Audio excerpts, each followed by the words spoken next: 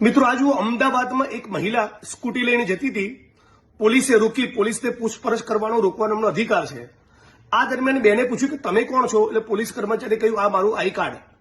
Police કર્મચારીનું I card બેનના હાથમાંથી પડી ગયું તો બેનની સાથે કેવું બદતમીજી ભર્યું વર્તન કર્યું અને બેનને કેવી મારી છે, બધા તમે વિડીયો જોઈ શકો છો। આ વિડીયો ગુજરાતના ખૂણે ખૂણે શેર કરો અને રાજ્યના પોલીસ વડા અને હર્ષ સંઘવી આર્ટ ચોપડી પાસે મોકલી આપો, જેથી ખબર પડે કે પોલીસના કેટલાક લાંચિયા અધિકારીઓ, ભ્રષ્ટ અધિકારીઓ અને કેટલાક અધિકારીઓ જેના સત્તાનો ઘમંડ છે એ ગુજરાતના નાગરિકો સાથે કેવી બદતમીજી કરે છે અને કેવું વર્તન કરે છે। આપણે બધા સાથે મળીને માંગણી કરીએ કે આ પોલીસ કર્મચારીની સામે ગુનો દાખલ થવો જોઈએ અને જે પોલીસ સ્ટેશનના હદ વિસ્તારમાં ઘટના બની છે એ જ પોલીસ સ્ટેશનના લોકઅપમાં આ પોલીસ કર્મચારીને રાખવામાં આવે। તરફ દોડે છે, બે જણ એમને પકડે છે, પણ એમનો આક્રોશ ઓછો થતો નથી મારવા માટેનો।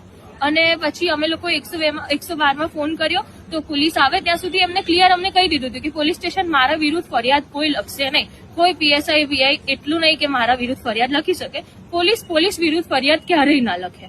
તો મેં કીધું ના પોલીસ છે તો એ જસ્ટિસ અપાવશે એવું કહીને તો બી અમે ફોન કર્યો પોલીસને। અમે અહીંયા આયા, અમે 6:30 પોણા 7 ના અહીંયા આયા છે, પણ હજી સુધી અમારી કોઈ ફરિયાદ લખાઈ નથી। પીઆઈ સાહેબ એવું કે છે, પીએસઆઈ સાહેબ બી ચોખ્ખી ના પાડી દીધી, એનો પણ વિડીયો છે, એમને ક્લિયર ના પાડી ક્રિશ્ચિયન સાહેબે કે અહીંયા હું ફરિયાદ નહીં લખી શકું પોલીસ વાળાની। અહીંયા પીઆઈ મેડમે મને એકલી બોલાવીને બી ખખડાઈ કે પોલીસ દિવસ રાત મહેનત કરતી હોય છે, તમે સમાધાન કરી લો। એમને બહુ જ ખખડાયું કે દિવસમાં એમને તમારા જેવા કેટલા લોકો મળે, ક્યારેક આવું થઈ જાય, આવું ચોખ્ખું એ બેને જોરથી લડીને પણ મને ખખડાયું। અને પછી અમે અત્યારે હારીને અહીંયા બહાર ઉભા છીએ કે અમે પોલીસ અમારી મદદ કરે।